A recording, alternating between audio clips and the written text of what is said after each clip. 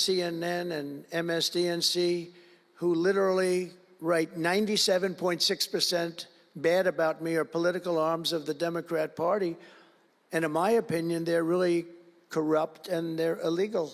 What they do is illegal. This is the Voice of America. For the better part of a century, Voice of America has broadcast into countries whose government censored free information. That mission continued with agencies such as Radio Free Europe and Radio Free Asia. But now the Trump administration has dismantled VOA's parent organization. ሰላም ጤና ይስጥልኝ ውድ ተመልካቾቻችን የምትከታተሉት ዲያስፖራ ሚዲያ ኔትወርክ ነው። ካሳሁን ይልማ ነኝ። በዛሬው ዝግጅት በአሜሪካ ውስጥ በዓለም ላይ በአጠቃላይ ከ48 ቋንቋዎች በላይ ሬዲዮ ዝግጅቶችን ሲያስተላልፍ የነበረው 83 ዓመት የሆነው ከተቋቋመ ቮይስ ኦፍ አሜሪካ ተዘግቷል። ይህ ሬዲዮ ጣቢያ መዘጋቱ ለኢትዮጵያውያን ምን ይጎዳል? አሜሪካንስ ምን ይጎዳታል? ሊጠቅማታል?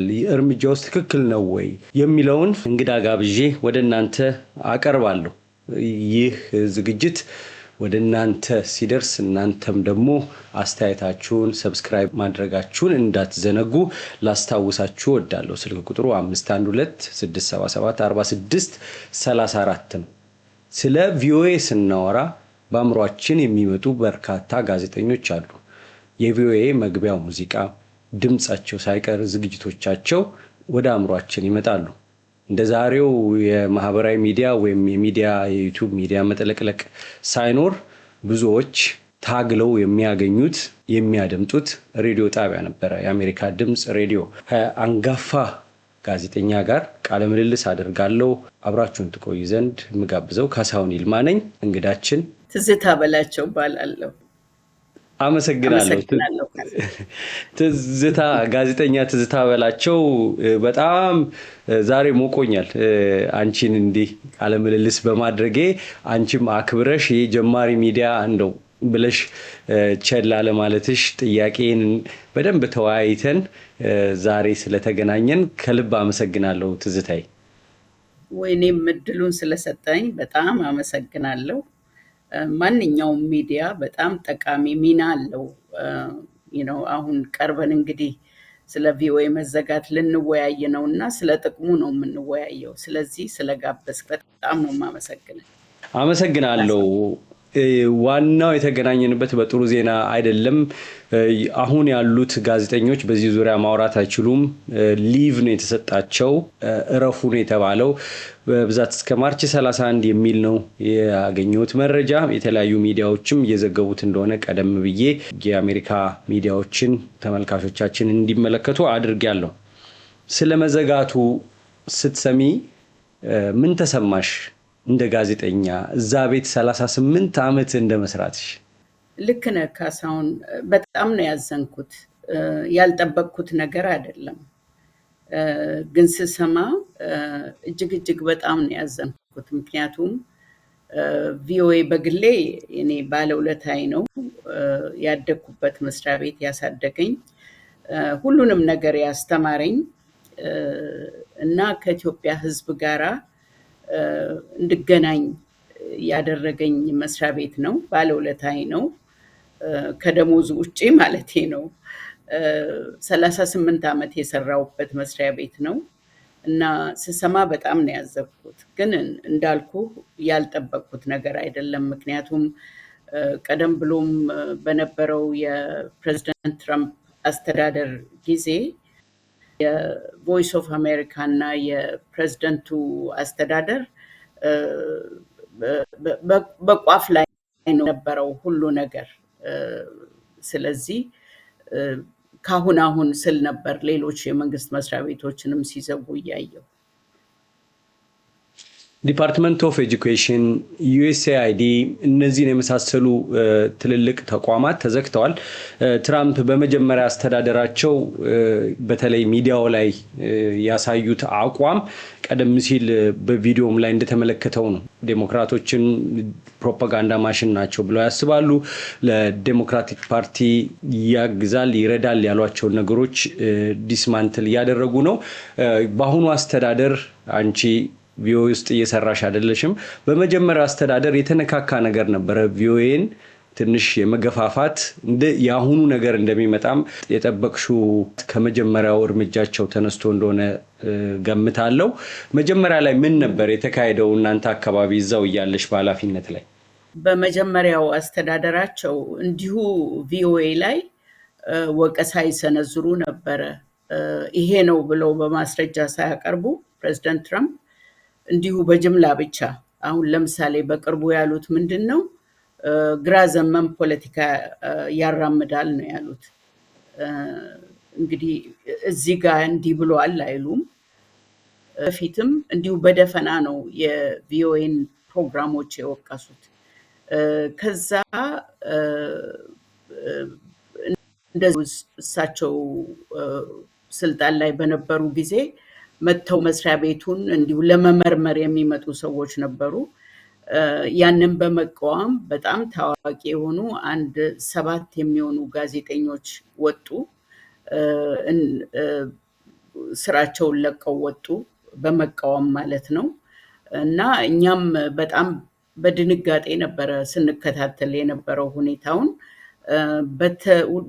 በተለይ ግን ምርጫው ላይ ተወዳድረው ለሁለተኛ ጊዜ ምርጫ ላይ ተወዳድረው እሳቸው ያሸንፉ ባይደን ያሸንፉ ሳይለይ በዛ ጊዜ የውጭ ጉዳይ ሚኒስትራቸው የነበሩት ፖምፒዮ መጥተው በቃ አንድ ያደረጉት ንግግር ትዝ ይለኛል። እና እሳቸው አይነኬ ይሄ ሸሽተን የመጣ ነው ከሶስተኛው ዓለም አካባቢ ያሉ አምባገነን መሪዎች ያላቸውን ተክለሰውነት አይነት የሚገልጽ አይነት ንግግር ነበር ያደረጉት። እና እንደገና አሁን ደግሞ ተመርጠው በሚመጡበት ጊዜ የተጠበቀ ነው ልልህ ነው ከቪኦኤ ጋር ጥቅሙንም የተገነዘቡት አልመሰለኝም ፕሬዚደንት ትራምፕ የቮይስ ኦፍ አሜሪካ። ያው የአሜሪካ ድምፅ ሬዲዮ ከወርልድ ዋር 2 ጋር ያኔ በነበረው የፕሮፓጋንዳ ዘመቻ ላይ አሜሪካንን በደንብ እንዲጠቅም ሾርት ዌቭም ስለሆነ ተደራሽ እንዲሆን የታልሞ የተቋቋመ ቢሆንም ኋላ ላይ አድማሱን እያሰፋ በሌሎች ሀገሮች ቋንቋ ሁሉ እስከ መሰራጨት ደርሷል። አንቺ አማርኛ ሲጀምር በጅማሬው የነበርሽ ነሽ። ከዛም አልፈሽ በኃላፊነትሽ የኦሮምኛ ቋንቋ 30 ደቂቃን እንዲተላለፍ በማድረግ ሚናሽ ከፍተኛ ነበረ። ወደ አጠቃላይ መዘጋቱን አይተናል። ታሪኩን እንመልከት። የቪኦኤ ሚና፣ አንቺ የነበረሽን ቆይታ።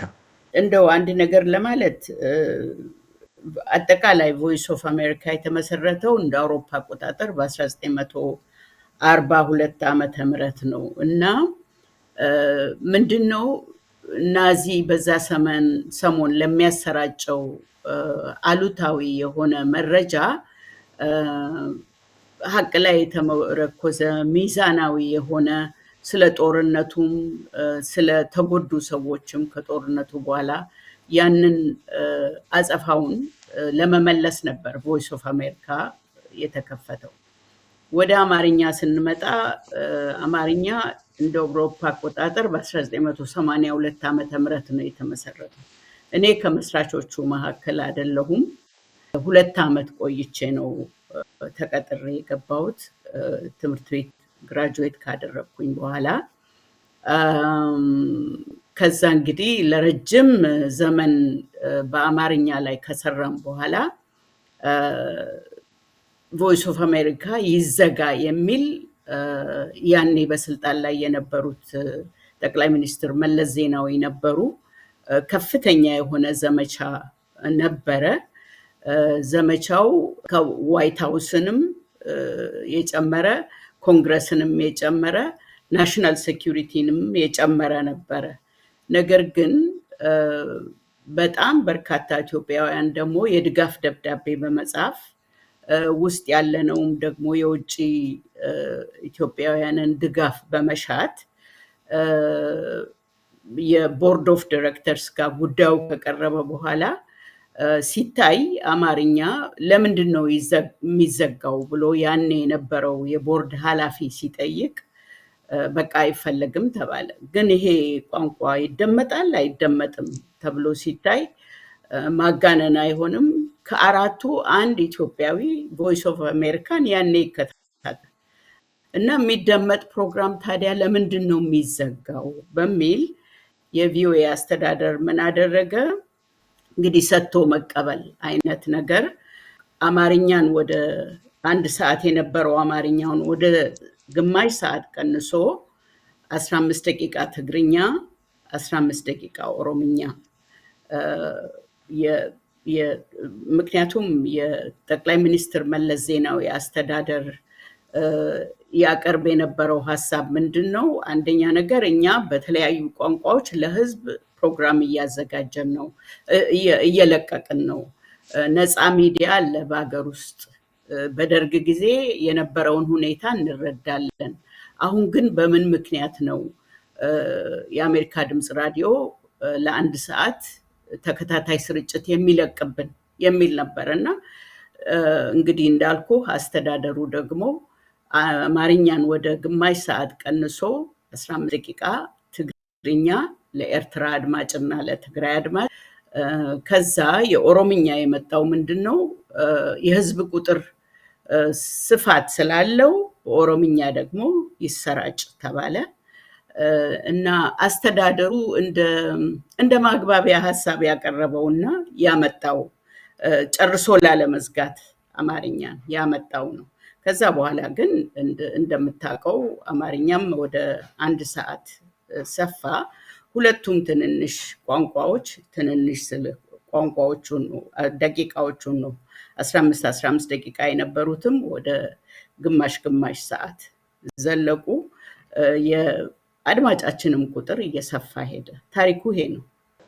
አሜሪካ ድምፅ እንዳልሽው በ1942 ከሁለተኛ ዓለም ጦርነት ጋር ተያይዞ ካውንተር ፕሮፓጋንዳ ለማድረግ በተለይ የናዚ ፕሮፓጋንዳ ሚኒስትር የነበሩት ጆሴፍ ጎብል ፕሮፓጋንዳቸው ከፍተኛ ስለነበረ ያንን ለማጠፍ ብዙ ጥረት አድርጓል። ከዛ በኋላ ግን በተለይ ኮሚኒዝምን በተመለከተ ብዙ ፕሮፓጋንዳዎች ለመስራት ኮሚኒስት ሀገሮች ላይ ያሉ አፈናዎችን ለማጋለጥ በተቻለ አቅም ኮሚኒዝምንም ለማፈራረስ ከተጠቀሙባቸው ሬዲዮ ጣቢያዎችን መረጃዎችን በማውጣት ብዙ ነበረ። በደርግና በህወሓት መካከል በነበረው ጦርነት ከሻዕቢያም ጋር ጭምር የታሪክ መጽሐፎችም ያመለክታሉ። ብዙ ሰዎችም ያስታውሳሉ። የአሜሪካ ድምፅ ሬዲዮ ተደማጭ እንደነበረ ጃም ሲሆን ድምፁ ሁሉ ጆሮ ቢረብሽም ያችን እንደምንም አግኝቶ ብዙ ሰዎች ለማዳመጥ ይጥሩ እንደነበረ ያንን የሚከታተሉ ሰዎች ያወራሉ። ግን ለኢትዮጵያዊ አማጽያኑን በማገዝ ሚና ነበረው በተለይ ደርግ ከመውደቁ በፊት ብለው ደግሞ የአሜሪካንን የምዕራባውያንን ፖሊሲ አስፈጸመ፣ የጠቀመ ነገር የለም ብለውም በአሉታዊ መልኩም ያነሱታል። እስካሁን ባለፈው እድል መቆጨት ብቻ ጥቅም የለውም። አሁን ያለውትን እድል መጠቀም ያስፈልጋልና በመሃል ፒያሳ አድዋ 00 ቁጥር 2 አጠገብ ላይ አዋጪ የንግድ ስፍራ ላይ ቴምር ሪል ስቴት 500 ሱቆችን ለገበያ ያቀረበ። ቅድመ ክፍያው 900,000፣ አጠቃላይ ዋጋው ደግሞ ከ3.9 ሚሊዮን ብር ጀምሮ። ይፍጠኑ፣ ጥሪቶን ጥሩ መሰረት ላይ ያኑሩ። ቀድሞ ለደረሰ እድል ለሚጠቀም ከፍ ማለት እንጂ ዝቅ ማለት የለም። ቴምር ባቀረበው በሪል ስቴት ዓለም የሱቅ ባለቤት ይሁኑ።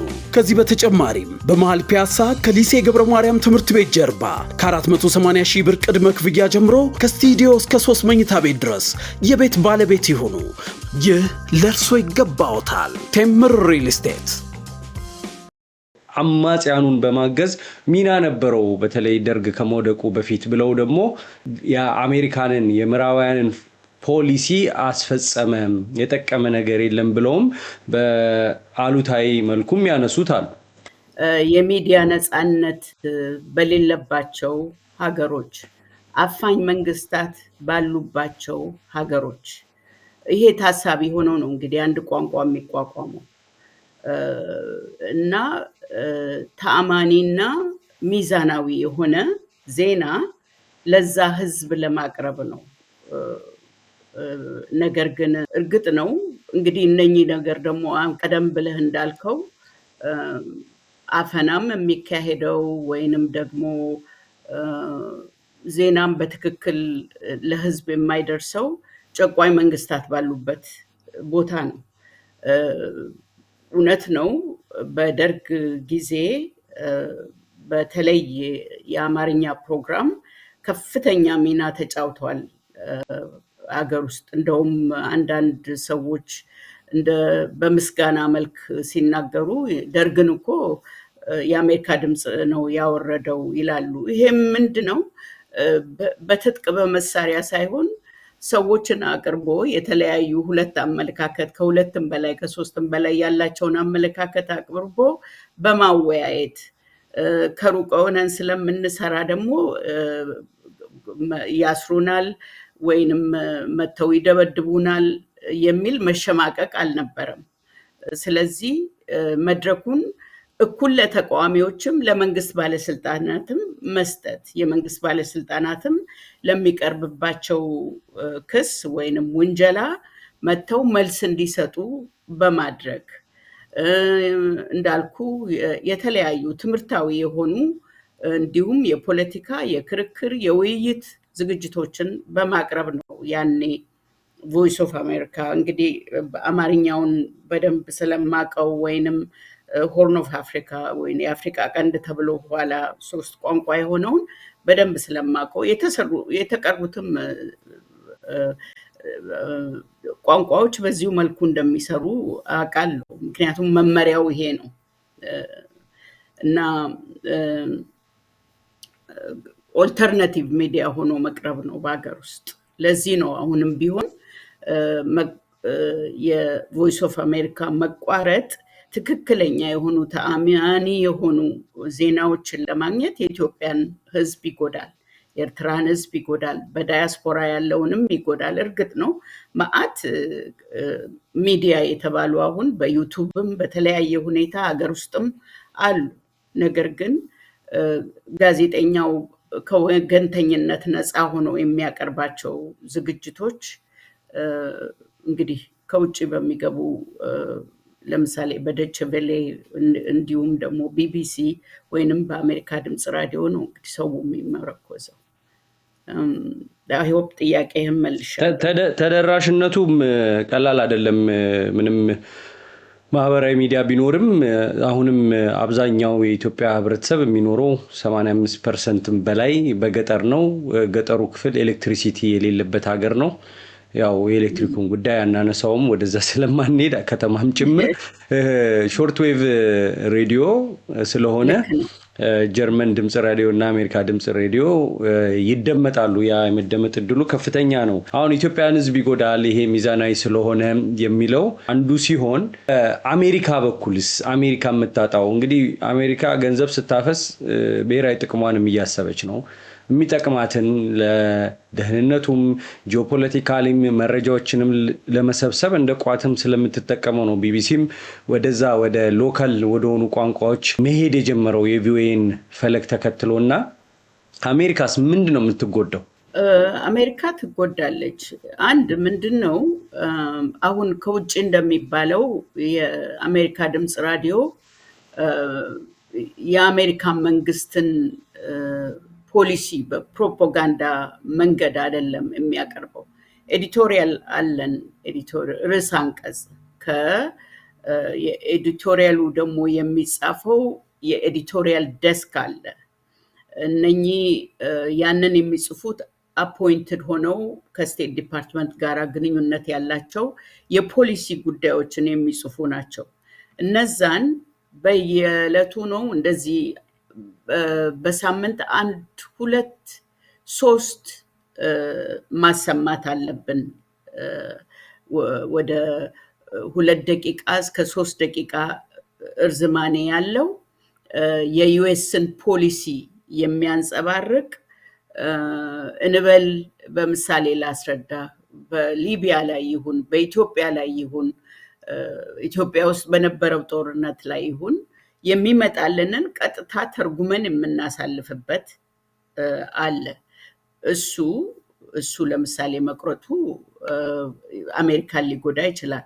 ሌላው ምንድነው? በፕሮግራማችን ውስጥ የተሰገሰጉ የአሜሪካን ባህል፣ የህዝቡን አኗኗር ቴክኖሎጂውን ለምሳሌ የቴክኖሎጂ እድገቱን እዚህ አካባቢ በኢንተርቪው መልክ ወይንም በፕሮፋይል መልክ በተለያየ መልክ አሜሪካ የፈጠራ ችሎታዋን፣ የጠፈር ፕሮግራሟን፣ የሳይንስ እድገቷን፣ የጤና እድገቷን የምናሳውቅበት ነው። በሕክምና ያለውን እድገት፣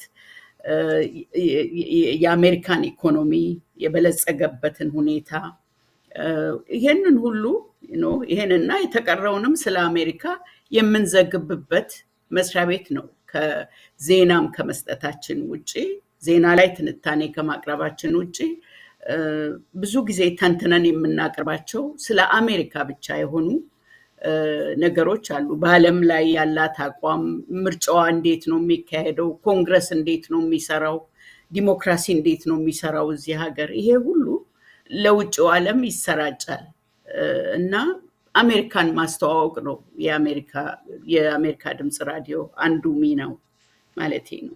ይሄ ሁሉ አለ። አሜሪካ የነጻነት ሀገር ናት። ፕሬስ ፍሪደም፣ የመናገር ነጻነት፣ የመሰብሰብ ነጻነት፣ ቤዚክ ራይትስ የሚከበሩባት ሀገር ናት ይባላል። የሚዲያ ነጻነት አለ በሚባልበት ወቅት ነው እንግዲህ እንደዚህ አይነት ድፍን ያለ ንግግር ተናግሮ ይህንን አንጋፋ ሚዲያ ትራምፕ የዘጉት። ስትሰሩ ግን የምር የጋዜጠኝነቱ ነጻነት ነበረው? የአሜሪካ መንግስት ፖሊሲ፣ የውጭ ጉዳይ፣ ኢንተርናሽናል ዓለም አቀፍ የራሷን ኢንትረስት ፍላጎት የመጠበቅ ነገር ስላለ ከአንደኛው እንዲሰማ አንዱ የሚገፋበት ነገር የለም ወይ? እዛ ውስጥ ራሱ የኢትዮጵያ ጉዳይ ሲነሳ ስትሰሩ ጫና አልነበረም? አሁን እኔ አስቀድሜ መግለጽ ነበረብኝ። አሁን እኔ ጡረታ የወጣው ሰው ስለሆንኩኝ ራሴን ወክዬ ነው እዚህ ጋር የምናገረው። የራሴን የምስክርነት ቃልም ነው የምሰጠው። ለረጅም ዓመታት ከውጭ እንዲህ አይነት ጥያቄ ሲቀርብብን እከራከራለሁ። ምክንያቱም ምንም አይነት አድሏዊ የሆነ በድርጅቶች እና በመንግስት ወይንም በተለያየ ሁኔታ አይቼም አላውቅም። ነገር ግን እንዲሁ በደፍኑ ልገልጽ የምችለው ባለፈው አሁን ለምሳሌ ፌደራል መንግስት የኢትዮጵያና ህወሓት ውጊያ ባካሄዱ ጊዜ የተለያዩ ነገሮች ላይ ይቸግረን ነበር።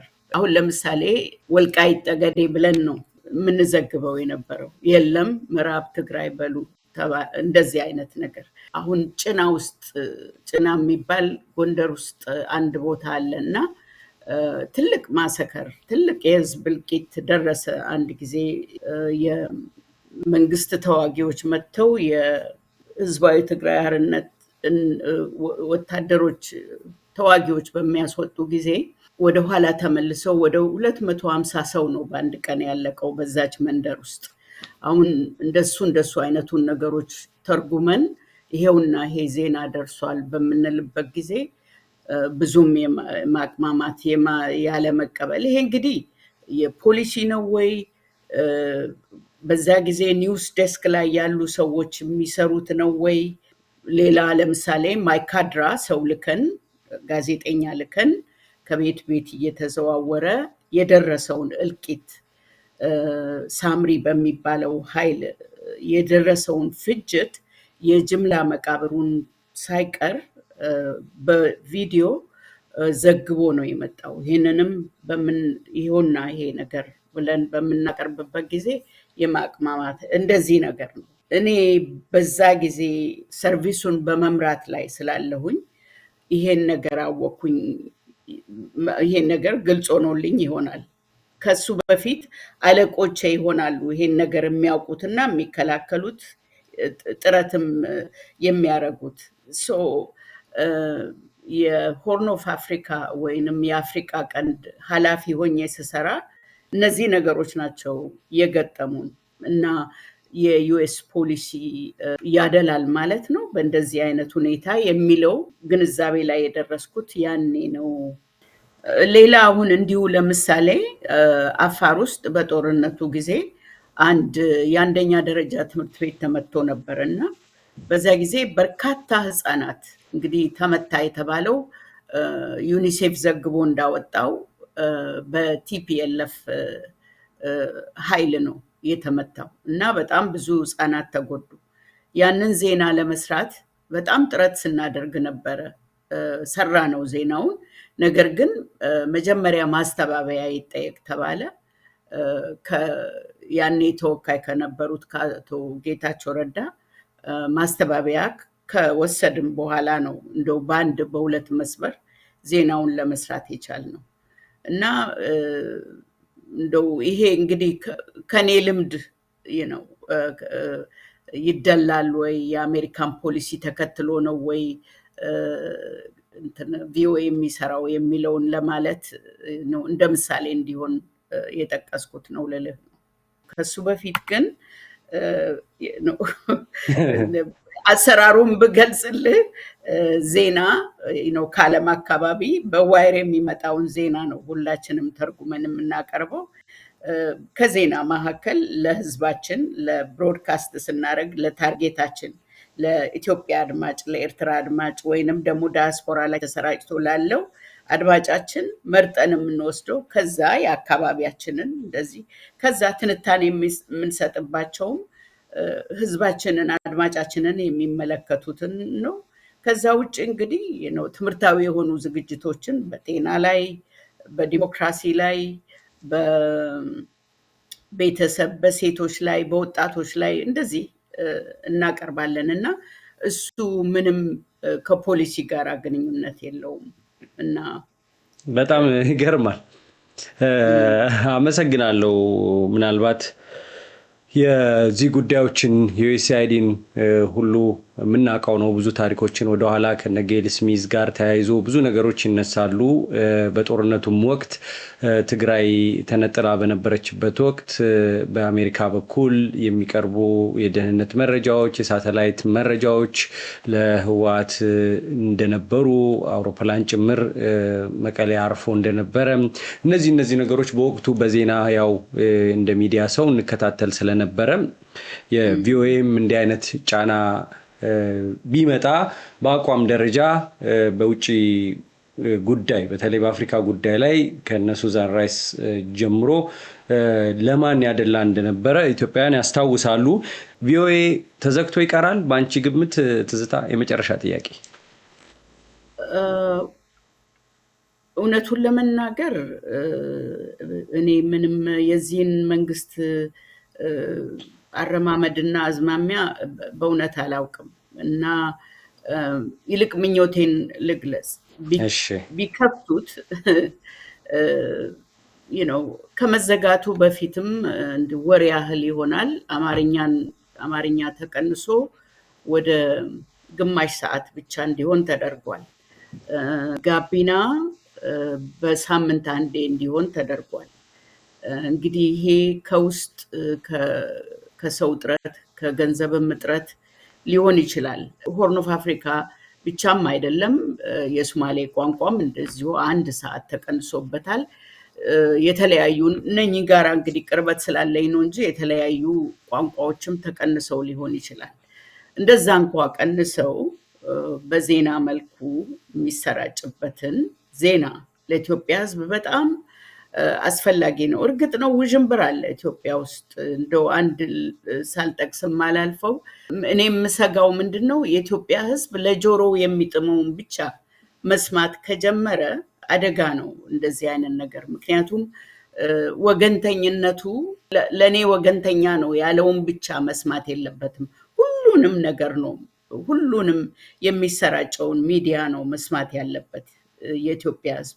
ከዛ ነው የራሱን ግንዛቤ አሰሳ አድርጎ ይሄ ነው ትክክል ገሌ እንዲያለ ከዛ ደግሞ ማረጋገጥ ይቻላል። ምክንያቱም በጣም ብዙ በርካታ አሉ። አሁን ኦንላይን የሚሰራጩት አሉ፣ አገር ውስጥ የሚሰራጨው አለ። ነገር ግን አንዳንድ ጊዜ የዘሩን ወክሎ ነው አንዳንዱ የሚያሰራጨው በቋንቋ እየተባለ ነው። አንዳንዱ ደግሞ የራሱን ፍላጎት ግለሰቡ ዩቲዩቡን ከያዘ የራሱን ፍላጎት ነው የሚያሰራጨው።